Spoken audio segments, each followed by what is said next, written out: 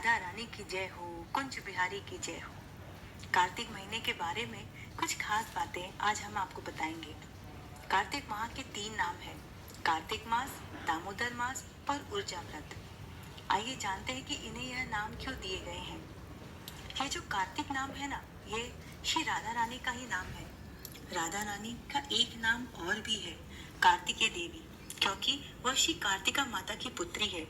इसलिए यही महीना राधा रानी के नाम पे है और यह महीना स्वयं राधा रानी का है, इसलिए यह कृष्ण भगवान को बहुत ही प्रिय है।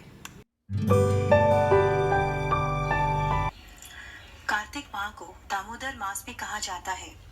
दाम मतलब रस्सी और उदर यानी कि कमर।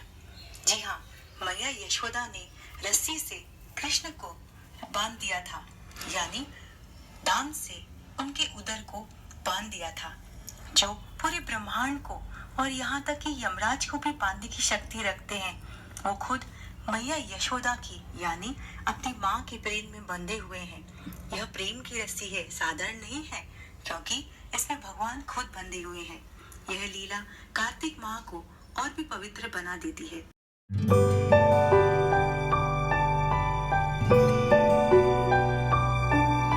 कार्तिक माह को ऊर्जा व्रत भी कहा जाता है। यह मास और ये व्रत नहीं तो कोई भी तरह की भक्ति जो हम भगवान श्री कृष्ण के लिए करते हैं, वह हमारी ऊर्जा बढ़ा देता है और हमें शक्ति प्रदान करता है। कहते हैं, अगर हम जब किसी को कुछ देते हैं तो उसके बदले में हमें जाने अनजाने में कुछ ना कुछ जरूर मिलता है। यदि अगर कोई इंसान किसी का प्रचार करता है तो उसके बदले में उसे उसका प्यार जरूर मिलता है। यदि आप इस कार्तिक मास की बात को और किसी को बताते हैं या शेयर करते हैं या इसकी इम्पोर्टेंस किसी को समझाते हैं और जब वह इंसान भक्ति करता है तो आपको इस भक्ति के बदले में उस पर कमीशन मिलता है। जी हाँ, इसे कहते हैं कृष्ण की कमीशन, यानी भक्ति की कमीशन। इस माह की इम्पोर्टेंस को शेयर कीजिए ताकि आपको भी यह स्पेशल कृष्णा की कमीशन मिले। है ना भक्ति में कुछ पाने की शक्ति। आप पूछेंगे, प्रभु जी, कार्तिक मास में क्या करने से क्या मिलता है और ऐसा क्यों करना चाहिए? तो हम आपको बताते हैं, कार्तिक मास अगर आप रखेंगे तो आपको क्या शक्ति मिलती है। अगर इस महीने आप कृष्ण को एक भी तुलसी का पत्ता या छोटा सा कण या एक तुलसी का दल अर्पण करेंगे तो आपको सीधा 10,000 गाय देने का पुण्य मिलता है। इस माह में अगर आप गीता का एक भी श्लोक या आधा श्लोक या 1/4 श्लोक भी अगर आप पढ़ लेंगे तो आपको पूरा 18 पुराण पढ़ने का फायदा मिलेगा। पर अब ऐसा मत करिएगा, डेली एक श्लोक जरूर पढ़ना। हरे कृष्णा महामंत्र का जाप करने से हजारों गुना लाभ मिलता है, तो ज्यादा से ज्यादा आप माला जपना। हरे कृष्णा कृष्णा कृष्णा हरे हरे, हरे रामा रामा रामा हरे हरे। कार्तिक माह में ही श्री तुलसी महारानी प्रकट हुई थी।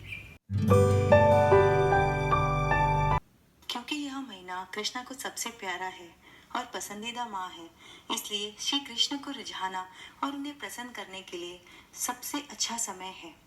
भगवान श्री कृष्ण तुलसी चढ़ाने से, उन्हें तुलसी अर्पित करने से बहुत ही प्रसन्न रहते हैं। इसलिए इस माह में खासकर भगवान श्री कृष्ण को तुलसी अर्पण करना चाहिए। कार्तिक माह में ब्रह्म मुहूर्त में स्नान करने से सभी तीर्थों में स्नान करने का फल मिलता है। ब्रह्म मुहूर्त का समय है सवेरे 3:30 से लेकर 5 बजे तक। इस माह को दृढ़ता से पालन करने से हम सभी पितरों का उद्धार करते हैं। कार्तिक महीने में, जैसे कि आप सब जानते हैं, तुलसी महारानी की खास सेवा करनी चाहिए। सुबह जल्दी उठकर ब्रह्म मुहूर्त में हम तुलसी के पौधे पे जल अर्जित करना चाहिए, दीपदान करना चाहिए और परिक्रमा करनी चाहिए।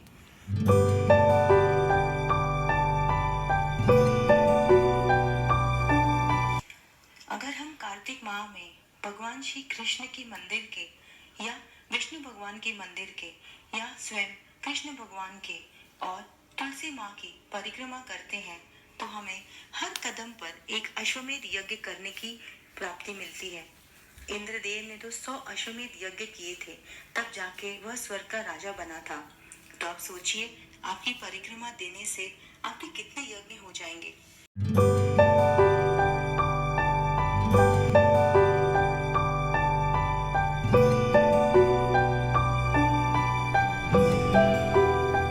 तारों की छाव में एक पालकी बनी है।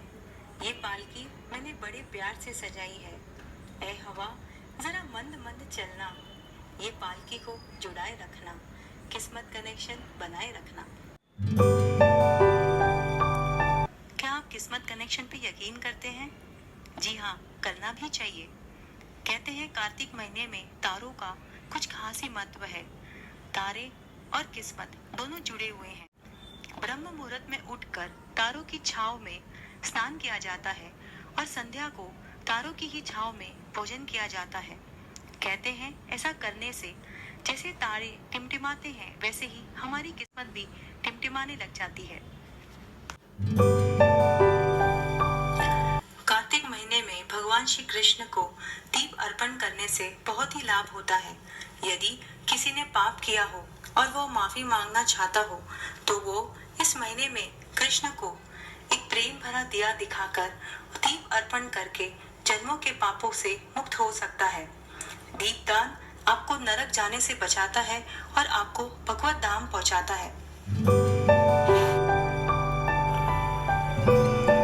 दीप ज्योति परम ब्रह्मा, दीपक ज्योति जनार्दना, दीपो में हरा तु पापम, संध्या दीपा नमस्तुते।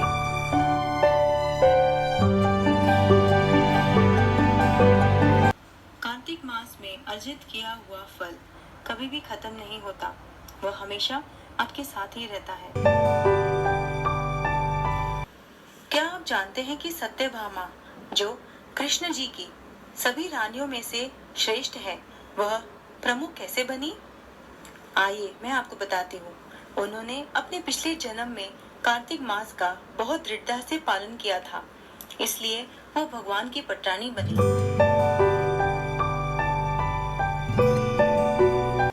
एक और खास बात है, ध्रुव महाराज ने भगवान श्री कृष्ण को केवल 6 महीनों में ही प्राप्त कर लिया था। मधुवन जो वृंदावन के पास है, वहां पर उन्होंने तपस्या की थी। 6ठे महीने कार्तिक मास का महीना आ गया था। क्योंकि कार्तिक मास महीना आ गया, भगवान जल्दी ही प्रसन्न हो गए थे और उन्होंने ध्रुव महाराज को दर्शन दे दिए। इसलिए भक्तजनों, कृष्ण को रिझाने का और प्रसन्न करने का यह सबसे अच्छा मौका और महीना है। इसे जाने मत दीजिए।